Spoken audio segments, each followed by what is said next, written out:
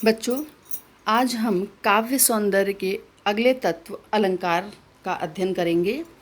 अलंकार, आपने छोटी कक्षाओं में अलंकार के बारे में पढ़ा होगा। अब थोड़ा सा विस्तार से इसका अध्ययन करेंगे। अलंकार शब्द क्या है? अलंकार का अगर साधारण अर्थ देखें तो सजावट, श्रृंगार या आभूषण। परंतु साहित्य शास्त्र में अलंकार शब्द का प्रयोग काव्य सौंदर्य के लिए होता है। आपने जब कोई भी पद्यांश लिखा होगा, फिर उसके बाद काव्यगत सौंदर्य लिखते हैं। उसमें काव्य के अंतर्गत जो सौंदर्य है उसमें अलंकार भी लिखते हैं आप, कि इस पद्यांश में, इस पंक्ति में ये अलंकार है, ये अलंकार है। तो सीधा सा तात्पर्य ये है कि वो उस पंक्ति की सुंदरता को उस शब्द के द्वारा या अर्थ के द्वारा बढ़ा रहा होता है। विभिन्न विद्वानों ने इसकी अलग अलग परिभाषाएं दी हैं। अलंकरोति इति अलंकारः। अलंकरोति अर्थात जो अलंकृत करे मतलब सजाए, सुंदर बनाए, वही अलंकार है। इसके पश्चात हम कह सकते हैं, एक आचार्य दंडी ने एक परिभाषा दी है, काव्य शोभाकरान धर्मान अलंकारान च प्रचक्षते, कि काव्य की शोभा बढ़ाने वाले धर्मों को अलंकार कहते हैं। काव्य की शोभा बढ़ाने वाले तत्वों को या धर्मों को अलंकार कहते हैं। सीधी सी बात हम समझ लेंगे कि जैसे कोई स्त्री आभूषण पहनती है, उन आभूषणों से उसकी सुंदरता बढ़ जाती है। कोई दीवार है, उस पर हम सुंदर सुंदर चित्र टांगते हैं, सजावट की वस्तुएं रखते हैं, तो उस सजावट से दीवार की सुंदरता बढ़ती है। उसी प्रकार अलंकार हैं, अलंकार से वाक्य की सुंदरता बढ़ती है। और अलंकार युक्त वाक्य ही काव्य कह सकते हैं, या अलंकार विहीन भी हो सकता है, परंतु उसमें उतनी सुंदरता नहीं होती, पढ़ने में वो आनंद नहीं आता है। अलंकार के दो भेद हैं। अलंकार के दो भेद हैं मुख्य।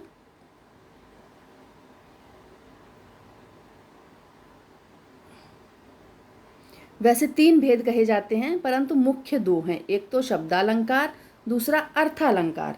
अब शब्दालंकार क्या है? काव्य की शोभा का कारण जहाँ शब्द हो, मतलब जहाँ शब्द के द्वारा काव्य की सुंदरता बढ़े, काव्य की शोभा बढ़े, वो शब्दालंकार।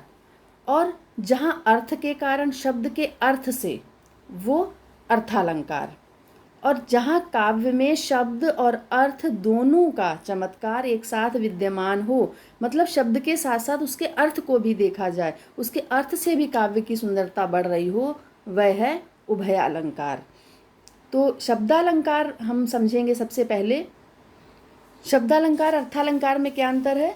कि शब्दालंकार में यदि काव्य में चमत्कार उत्पन्न करने वाले शब्द विशेष को, ध्यान दीजिएगा कि शब्द विशेष, जिस शब्द से जो उस वाक्य में चमत्कार या सुंदरता या शोभा उसकी बढ़ रही है, चमत्कार उत्पन्न हो रहा है, उस शब्द को हम बदलकर उसका पर्यायवाची रख दें। वहाँ पर कोई पर्यायवाची शब्द वहाँ रख दिया जाए तो उसकी सुंदरता समाप्त हो जाएगी। जैसे उदाहरण, कनक कनक ते सोगुनी मादकता दिखाए। अब यहाँ पर एक हम कनक रख दें, दूसरा हम सोना रख दें, कनक सोने से 100 गुना, या कनक धतूरा, इस तरह से, तो ये क्या है? ये वाक्य सुंदर लगेगा? नहीं लगेगा।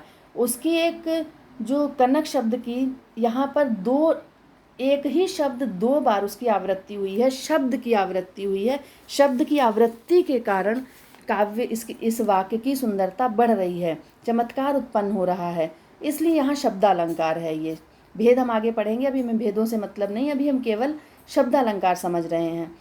और अर्थालंकार में क्या होगा? अर्थालंकार में यदि काव्य में चमत्कार उत्पन्न करने वाले शब्द के स्थान पर उसका पर्यायवाची भी रख दिया जाए तो भी वो अलंकार बना रहेगा। समझ गए? शब्दालंकार में हम शब्द की जगह पर्यायवाची नहीं रख सकते हैं, किंतु अर्थालंकार में हमारा तात्पर्य, हमारा मतलब अर्थ से होता है, तो हम अर्थालंकार में शब्द बदल सकते हैं, किंतु शब्दालंकार में नहीं। अर्थालंकार देखिए, अर्थालंकार जैसे हमने बताया कि अर्थालंकार में शब्द का नहीं, अर्थ का महत्व होता है। जैसे सुना यह मनु ने मधु गुंजार मधुकरी का सा जब सानंद, अब यहाँ मधुकरी में मधुकरी शब्द जो है, मधुकरी शब्द मधुकरी का सा उपमा अलंकार है। अब मधुकरी के स्थान पर यदि हम लिख देते यहाँ पर भंवरी का सा, भ्रमरी का सा या और किसी के समान भी लिख देते तो भी वही रहता। हमें तात्पर्य यहाँ पर केवल का सा और इससे इसके समान, केवल समानता इसकी बताई जा रही है, इस पे हमारा तात्पर्य था। पर्याय रख भी देते तो भी वाक्य की सुंदरता पर कोई प्रभाव नहीं पड़ता, क्योंकि यह अलंकार अर्थ पर आश्रित है, शब्द पर नहीं। अर्थालंकार की यही विशेषता है।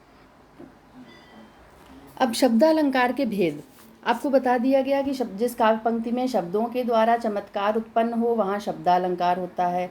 इसके मुख्य 3 भेद जो आपके पाठ्यक्रम में निर्धारित हैं कक्षा 12 के, हम उन्हीं का अध्ययन करते हैं अभी।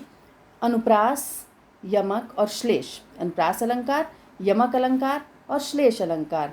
इसके पश्चात हम आगे पढ़ेंगे। वैसे अनुप्रास के और भी भेद होते हैं। अनुप्रास के नहीं, शब्दालंकार के और भी भेद होते हैं, परंतु हम यहाँ पर अनुप्रास के कौन से, पुनरुक्ति प्रकाश होता है, वीप्सा अलंकार होता है, पर हमारे पाठ्यक्रम में केवल यही 3 हैं तो हम 3 का अध्ययन करते हैं। अनुप्रास अलंकार की परिभाषा, सबसे पहले परिभाषा समझ लेते हैं। जब किसी काव्य को सुंदर बनाने के लिए किसी वर्ण की आवृत्ति बार बार हो, वर्ण की आवृत्ति बार बार हो, वह अनुप्रास अलंकार कहलाता है, क्योंकि किसी विशेष वर्ण की आवृत्ति से वाक्य सुनने में सुंदर लगता है।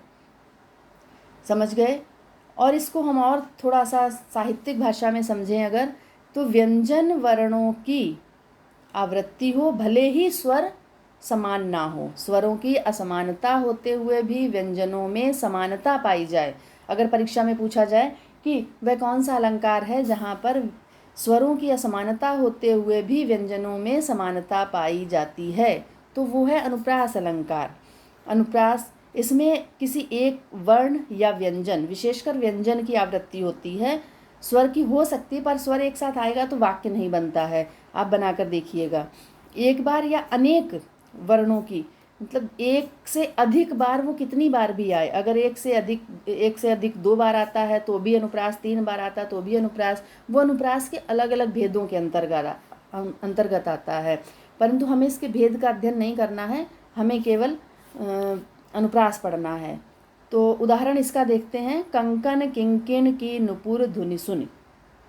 अब आप इस उदाहरण में देख सकते हैं कि क क्या है, का वर्ण की आवृत्ति हो रही है। और हम जानते हैं कि जब एक वर्ण या व्यंजन की आवृत्ति एक से अधिक बार हो, वहाँ अनुप्रास अलंकार होगा। क्या होगा वहाँ? अनुप्रास अलंकार। अब अगला उदाहरण एक और देखते हैं। चारु चंद्र की चंचल किरणें खेल रही थीं जलथल में।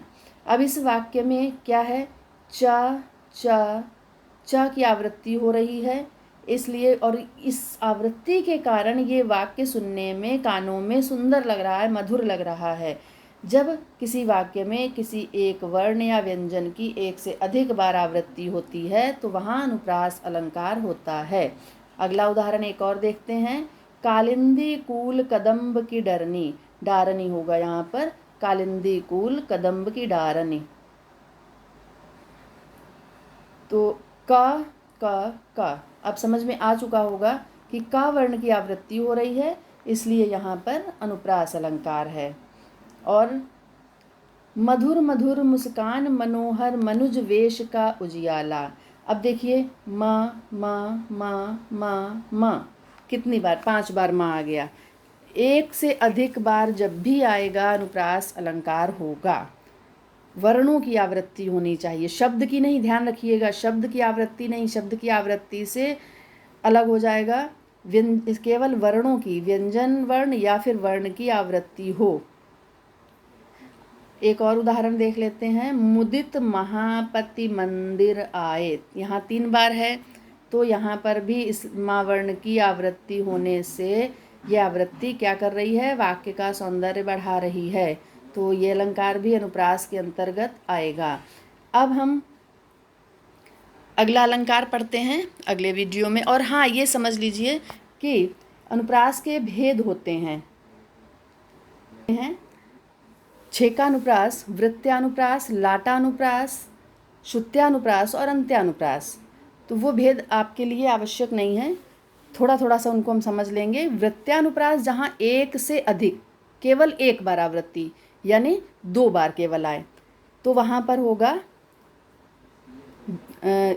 अगर एक से 2 बार आ जाता है तो हो जाता है वहाँ छेका अनुप्रास। छेका का अगर शाब्दिक अर्थ देखें हम, छेकना, देहाती भाषा में बोलते छेकना, रोकना। तो एक से आगे नहीं बढ़ा, केवल 2 बार आए जहाँ पर, वहाँ छेका अनुप्रास। जैसे उदाहरण था कि एक उदाहरण देख लेते हैं, करुणा कलित हृदय में। तो करुणा कलित का केवल 2 बार आया। फिर इसके बाद वृत्त्यानुप्रास है, जहाँ 2 से अधिक बार अगर आवृत्ति हो जाए, 1 बार आया करुणा कलित, फिर उसके आगे फिर का हो, मतलब तीसरी बार फिर आ जाए। अगर 2 से अधिक बार आ रहा है एक साथ कोई वर्ण तो वहाँ वृत्त्या, वृत्त मतलब सर्कल, गोला, घूम के कई बार आए।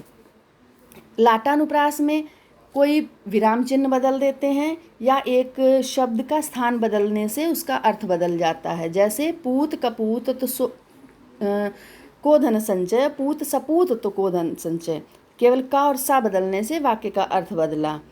इसके पश्चात अंत्यानुप्रास, जो राइमिंग वर्ड्स हम कहते हैं, अंत जिनका अंतिम वर्ण समान हो और प्रत्येक दोहे में लगभग ये मिल जाता है, चौपाई में, दोहा में ये मिलता है। इसीलिए कहा जाता है कि अनुप्रास हर काव्य पंक्ति में लगभग सभी में मिलता है।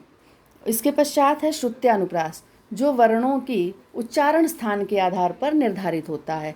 अगर समान उच्चारण स्थान वाले वर्ण आते हैं तो वहाँ पर हमारा श्रुत्यानुप्रास होता है। अब अगला पढ़ेंगे हम यमक अलंकार अगले में।